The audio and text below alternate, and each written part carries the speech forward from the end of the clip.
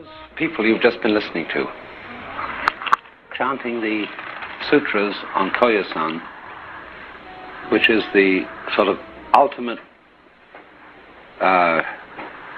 center, retreat, inner sanctuary of Japanese practice of Vajrayana, Mahayana Buddhism, are a bunch of boys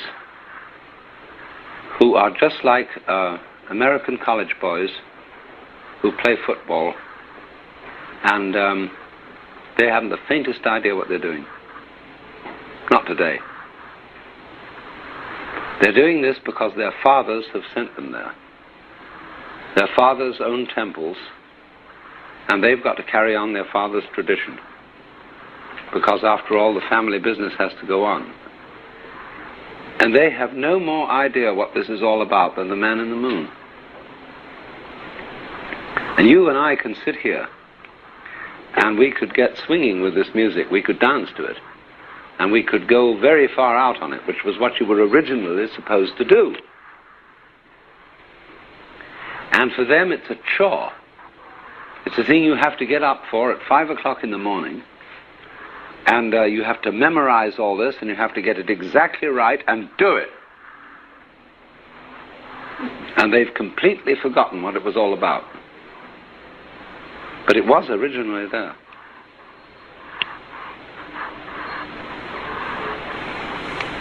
It's a funny thing how this happens, you see. But you see how I was explaining to you this morning?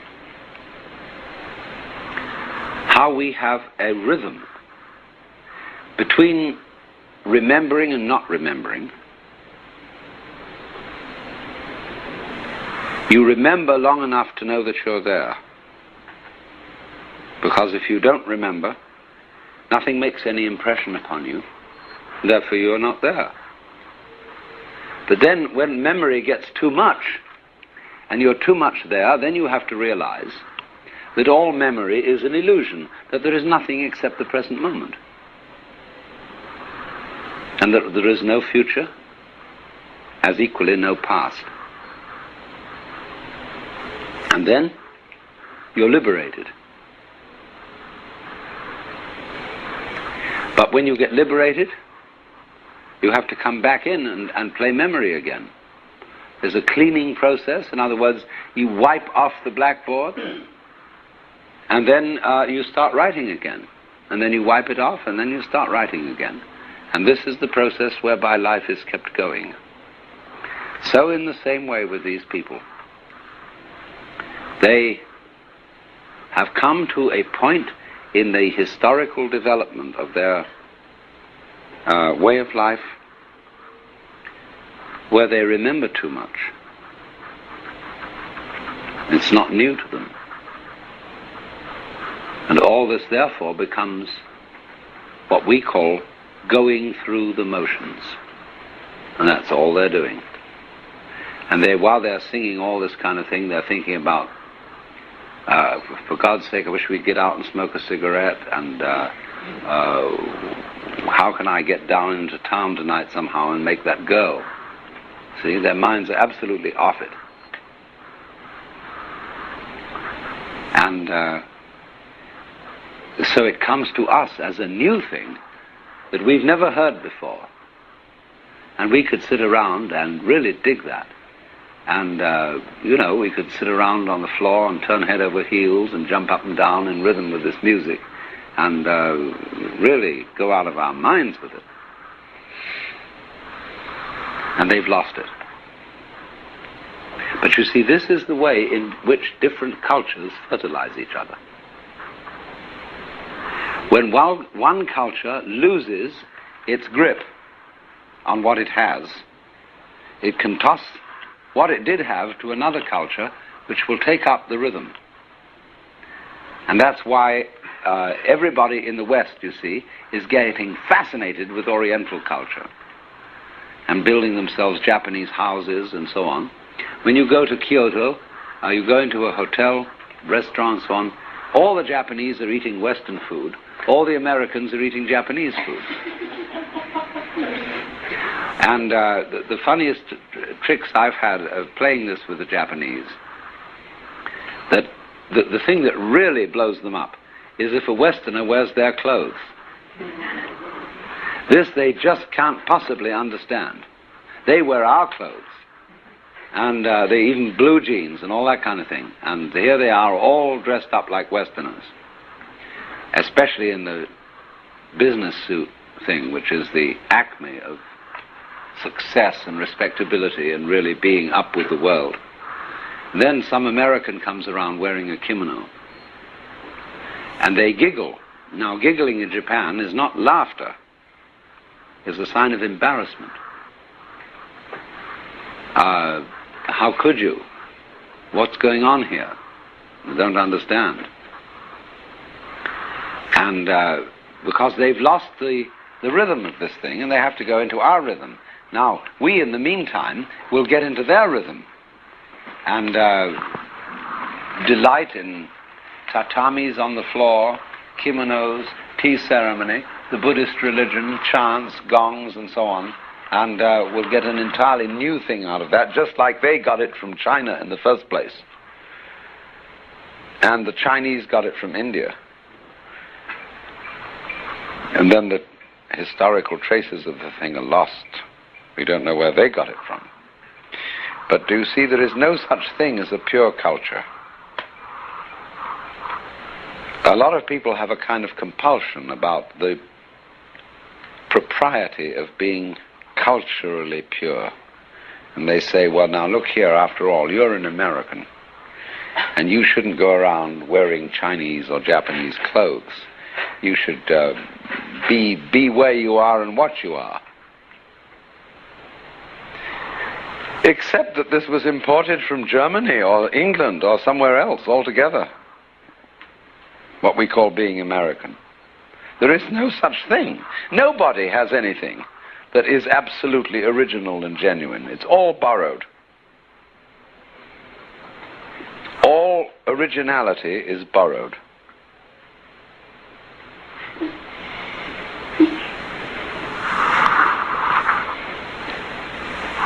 Think that one through. Really think it through. Everybody is in debt to someone or something else. Who helped you on in life? You know, you had a parent, you had a father and mother, and they put themselves out so that your life is in a way borrowed and you're in debt. And if you really think through how you got into business and made your living, somehow you're in debt. And yet, on the other hand, you have to claim that you're responsible, you put energy into it, you started it. And so this is the same paradox that I was talking about this morning, that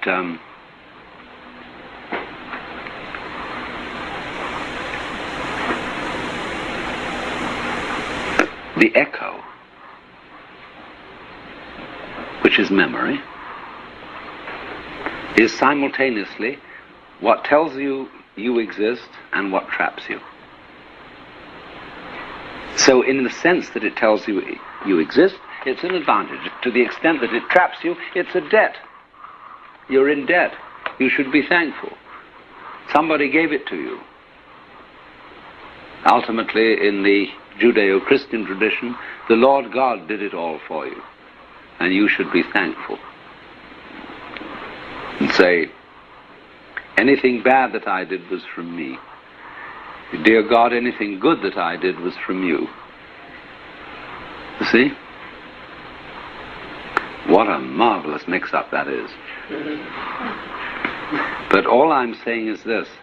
There is a point in all this development where you have to say to people, please come off it. In other words, these boys here in Koyasan, I was aching to know enough Japanese to say to them, do you realize what a great thing you have here? Couldn't you possibly enjoy it for a few minutes? And let's get together and all join hands around here and go through this again, these sutras, and really make it. But instead of that, they're going boom, boom, boom, boom, boom. And they think it's, I don't know what they think it's all about. It's just the same way, I suppose I could play you a recording of British choristers singing at King's College Chapel in Cambridge. Beautiful, you know, the most gorgeous voices. They're little boys. And they're doing it because they know that's what they have to do.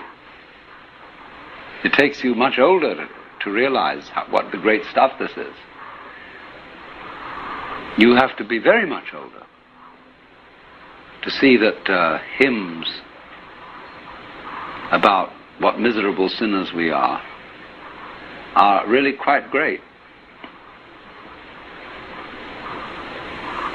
So I'm talking, you see, about the same process of what has been called flip-flopability, whereby we switch from one attitude to another, one situation to another, and this pulse switch situation is the very nature of existence. That's why your heart does that.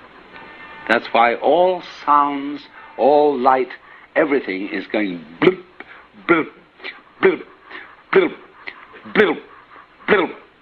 See? And so, because of that bloop, you know you're here. Well now, to round off this whole seminar on Mahayana Buddhism, I have to bring up one further subject altogether. We've discussed, you see, we started out at the very beginning with solid emptiness, which was the Madhyamika doctrine of the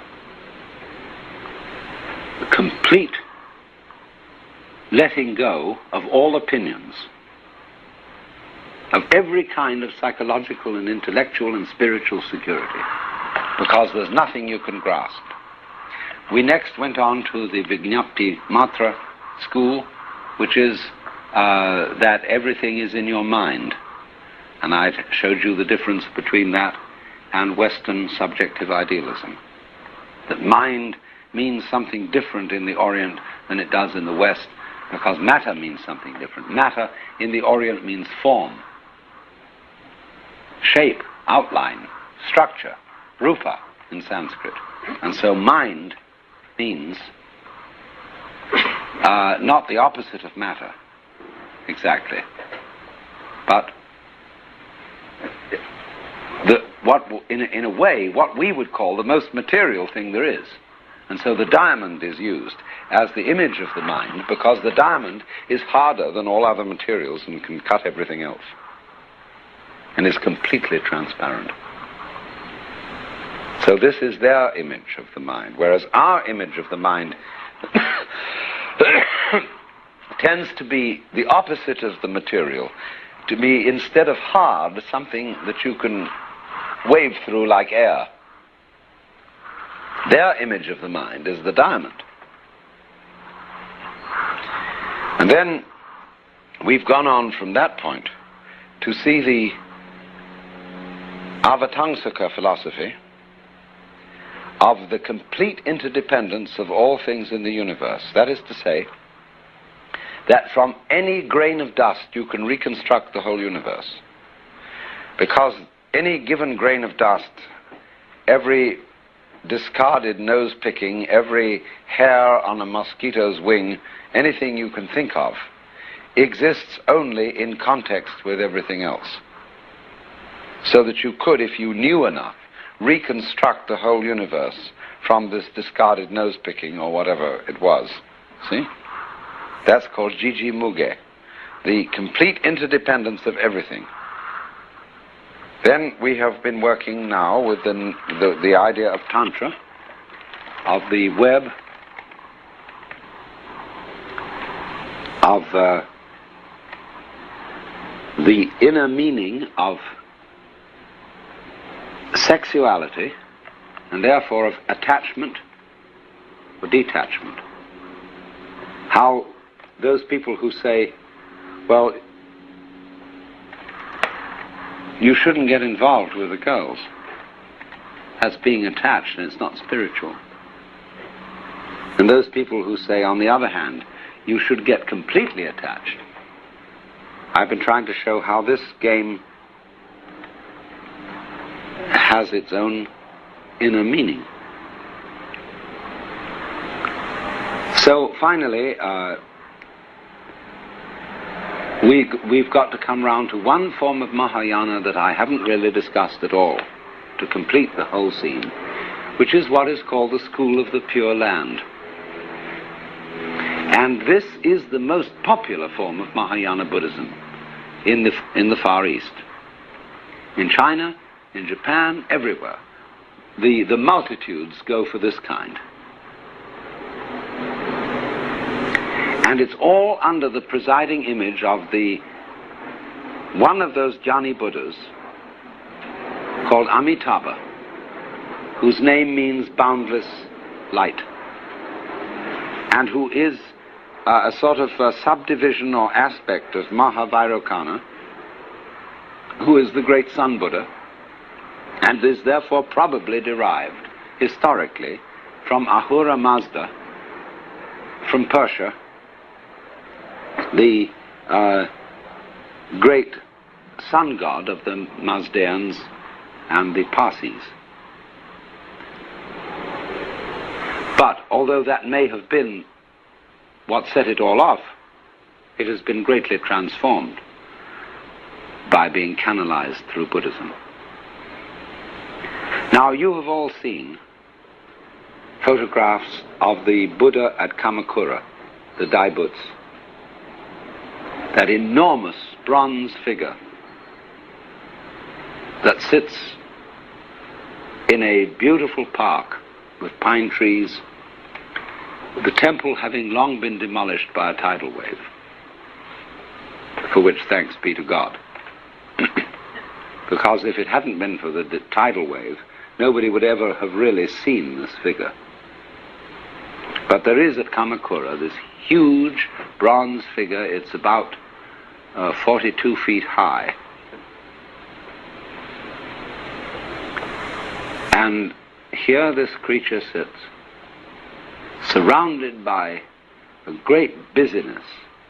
Thousands of school children are all the time on tours, streaming by, photographers, people selling this, that, and the other, souvenirs, exhibitions of dwarf trees and everything, are all going on around.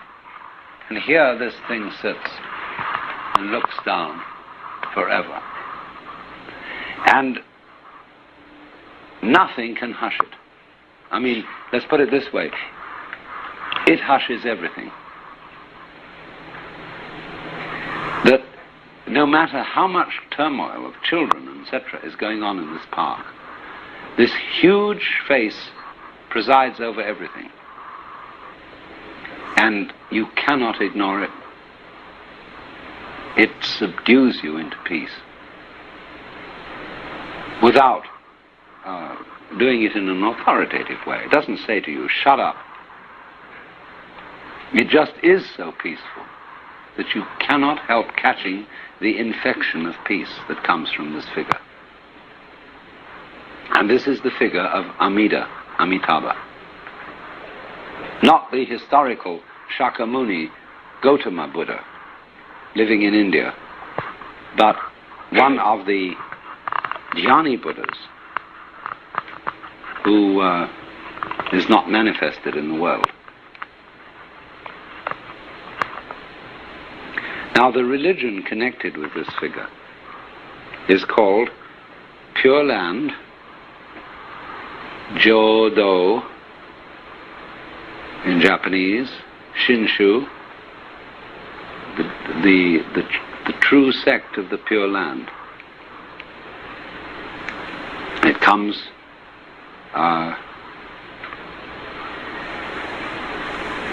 again, the origins are always in India, but the Japanese, under the genius of Honen and Shinran, who were medieval Buddhist saints, developed their own special variety of it. And this is a very strange religion. Because it takes its basis as follows. We are living now in the most decadent period of history. That's what they say. And this comes back from the Hindu idea that this is the Kali Yuga. This is the end of time, where everything is completely fouled up. And this started in about 3000 BC. February the 23rd, 3023 BC, the Kali Yuga began. And it's got to last yet for 5,000 years. And then everything will fall apart. The universe will disappear out of sheer failure. So that now, nobody can be virtuous. Because everybody who tries to be virtuous in this epoch of the world is merely showing off. It's not really pure. It's just pretending you're virtuous. It's a big act. In other words, so you give money to charity, not because you really love the people you're giving money to, but because you are under a sense of guilt and you feel you ought to. And therefore, because of that inescapable bad motivation, nobody can possibly liberate themselves from the chains of karma. The more you try to get out of your karma, that is to say your conditioning, your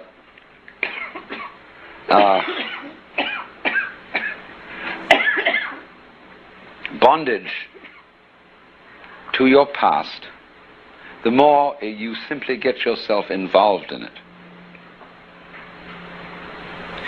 And therefore, all human beings living in the end time of the Kali Yuga, or what the Japanese call Mappo, are just hopeless, hopelessly selfish. So in this predicament, you cannot rely on jiriki, that means your own power, to get out, to get liberated from self. You have to rely on tariki, which is the power of something else altogether than you, something quite different. So in the Jodo Shinshu sect, the tariki, the other power, is represented in the form of Amitabha, or Japanese say Amida, this great beneficent Buddha figure who everybody loves. And he's so strangely different from any kind of authoritarian God figure that we have in the West. Amida doesn't bombinate. He sits there serenely, quiet. He doesn't preach. And all you have to do is to say his name in the formula Namu Amida Butsu, which means Namu, name, Amida Butsu, of Amida Buddha. Namu Amida Butsu. And all you have to do is to say that formula, and after death you will be reborn in a special paradise called Sukhavati, which is Jodo, the Pure Land, where becoming enlightened is a cinch. It has none of the difficulties surrounding it that we have in our ordinary life today. Everybody born in the Pure Land is born in the inside of a lotus. There's a huge lotus pond in front of where Amida sits with all his attendants. And the lotuses come up and they go pop, as the bud breaks. And every time it goes pop like this, there's a new little being in there who is somebody who said the formula Namu Amida Butsu. And those were human beings who are now sitting on lotuses like Buddhas. And you should see, you go to Koyasan, and they have a great painting there in their museum of what it's like to arrive there. They have a huge panorama of Amitabha and all his attendants, and especially the Apsaras. The Apsaras are the heavenly girls, which you would call, in Islamic religion, the Huri, from which we get the word whore. But the Apsaras are very beautiful girls playing lutes. And they have one of them that is put on the front page of the guide to the museum because she's so beautiful.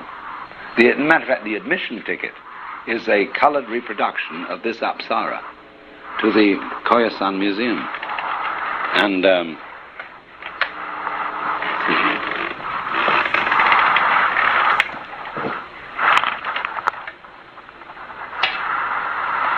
and she is a girl playing a lute, a biwa, kind of a mandolin-shaped instrument.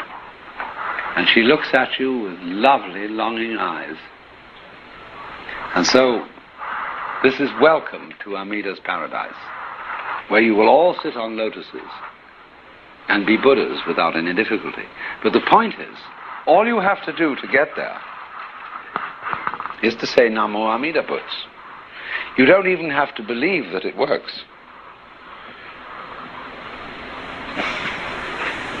Now that is the religion of most Japanese Buddhists, believe it or not. In other words, if you really get this and feel that that's really going to happen to you, you'll be grateful, and you'll try to help other people and be a bodhisattva and so on, and be generally helpful around the scene. But the whole idea is that you cannot do it by your own effort. And if the moment you think you can do it by your own effort, you're a phony. You have instead to go completely with the other, to disown your own power and capability of being virtuous, unselfish, etc.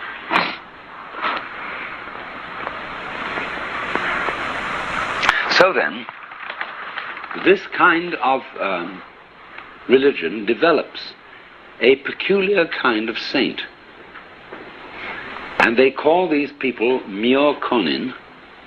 Myo means wonderful. Ko means fine.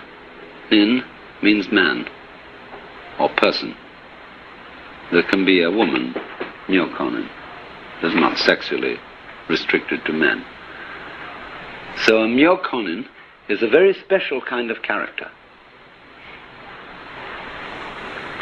There are stories told about Myo Konin. There is one, for example, a traveling man who comes to a temple during the course of the night and walks in, and he takes the sacred cushions on which the priests sit and arranges them right in the front of the altar and goes to sleep.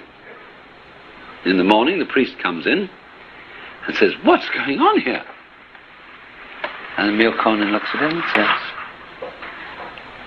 "Oh, you must be a stranger. You don't belong to the family." A Myo Konin, like Ryokan, who was a great, marvelous, kind of foolish man, rather like the Franciscan spirit, rather like the spirit of the Russian mystics. Ryokan one day came into a house where there was a kakemono, hanging scroll of a tiger. And he was a very simple man, very direct person. And he looked at the tiger, and he was sitting there. He thought he was alone in the room. He looked at the tiger and he said, "Arr!" Then suddenly he noticed that there was a servant girl sitting quietly waiting for the host to come in.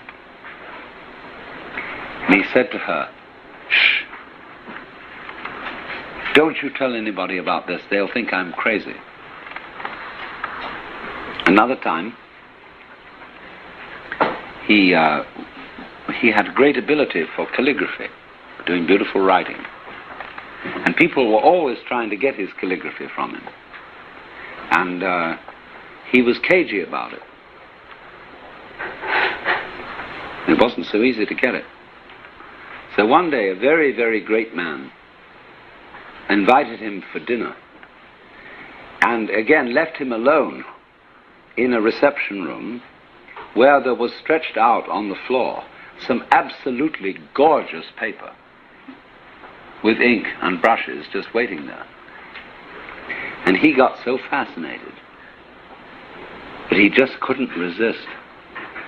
You know, like a child, he simply couldn't resist doing his calligraphy on that piece of paper. And suddenly, as he realized he had done it, that he had spoiled this gorgeous paper, you know, which was incredibly expensive, the host walked in and he apologized. He said, "Really, I don't know what to do. I'm so sorry, I couldn't resist the temptation to make some things on this beautiful paper."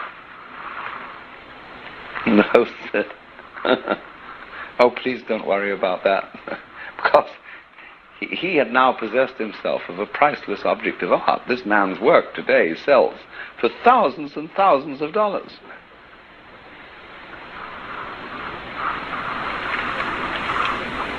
So this is the spirit. I'm telling these anecdotes to try and illustrate the spirit of what's called a myokonin. Somebody in the swing of realizing that all the very great thing in life is not your own doing. That it comes from the side of things, the flip, in other words, of experience that you call other. There are some people, you see, who believe it comes from the split in experience you call yourself. That's the Jiriki people. The Tariki people believe it comes from the other. But now what happens is this. When you penetrate deeply into the doctrines of the Pure Land school, the simple people believe that there really is Amitabha Buddha sitting on his golden lotus surrounded by all those apsaras. Exactly from Japan, 108,000 miles to the west, there is a paradise where all those people sit and where you will be reborn when you die. And the simple priests of the sect in the country villages today still insist that that's what you should believe. But the sophisticated priests don't believe that at all. They know that Amitabha is in you, only it is that side of you which you don't define as you. When you say, "I have a body," instead of saying, "I am a body," that's because you feel that your body happens to you, that it's something you got mixed up with, that was given to you by your parents. You don't say, "I beat my heart on purpose." You feel that your heart is something that happens to you. So all that side of things that you experience as a passive recipient of it is tariki, other power. And so they're making the point that that is what liberates you. And the meaning of this is, when you say that it is the tariki side of things, everything you define as involuntary, that happens to you passively, if you say that's what liberates you, the meaning of that is that that side of experience is also you.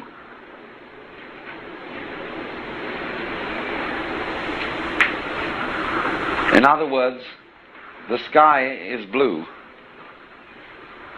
but you are bluing it. And you're doing it with your nervous system, which has a certain structure. as a result of which the light coming through air looks blue, because it does so in terms of your nervous system. But you are bluing that sky. Only you are interpreting that activity as something which you don't do, but that just happens to you. So a person who gets completely hung up on the idea that he doesn't blue the sky, that there are certain things he does on the one hand, and they are a rather small, restricted group of events, but on the other hand there's a huge set of circumstances which happens to you, and you disown that and say, I'm not responsible for it. Therefore, as a result of saying you're not responsible for that, you become its victim. And you start objecting to it, and you play the game that this was all put on me. So this way of Buddhism is to teach you that what is put on you saves you. And if you will just get with that and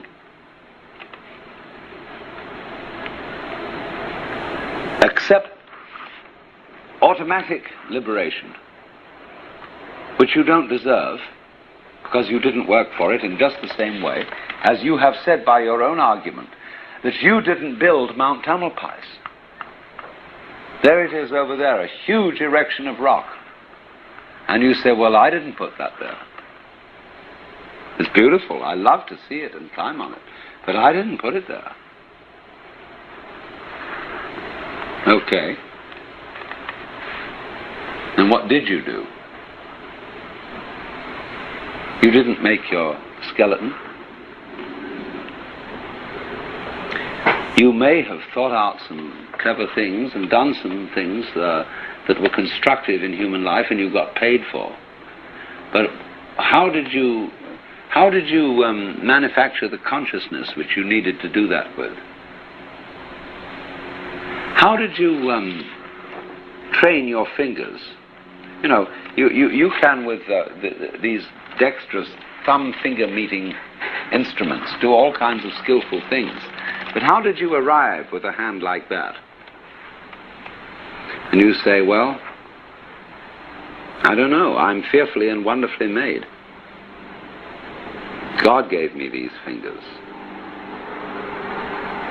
And I have accepted them from God as talents, as gifts, and I'm supposed to do the best with it I can.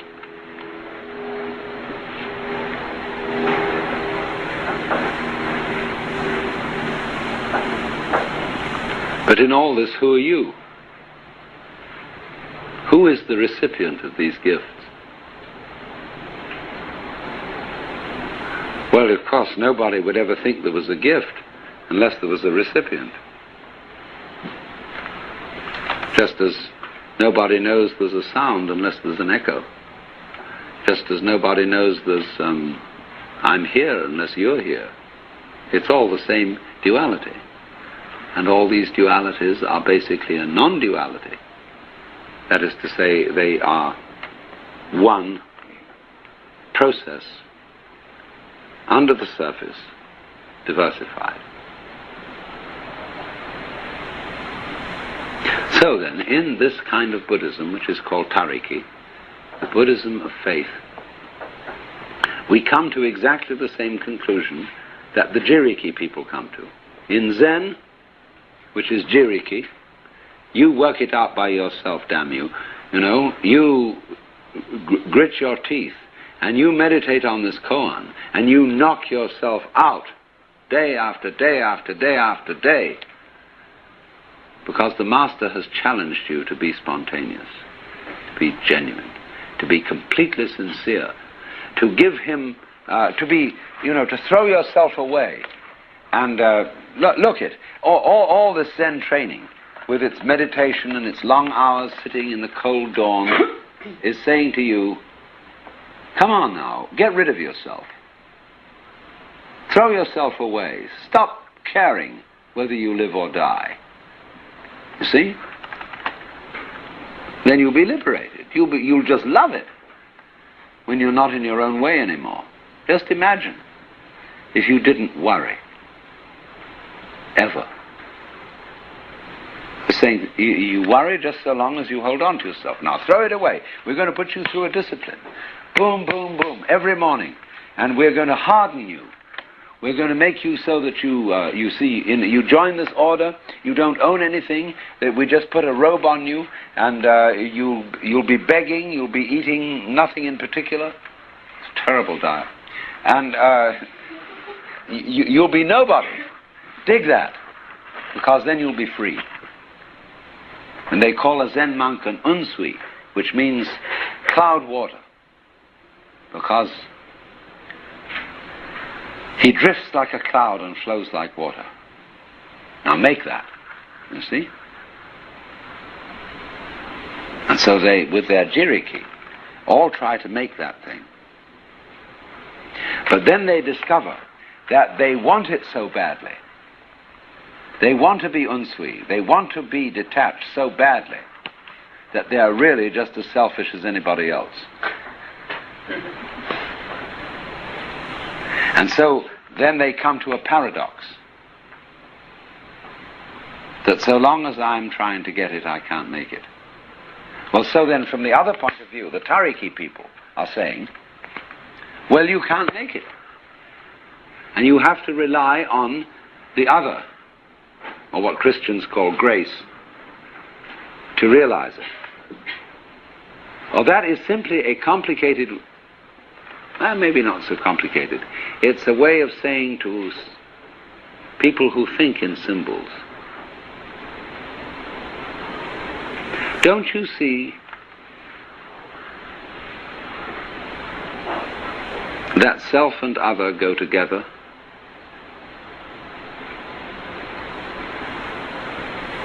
That you don't need to cling to yourself, because you have everything you called other, and that's you too.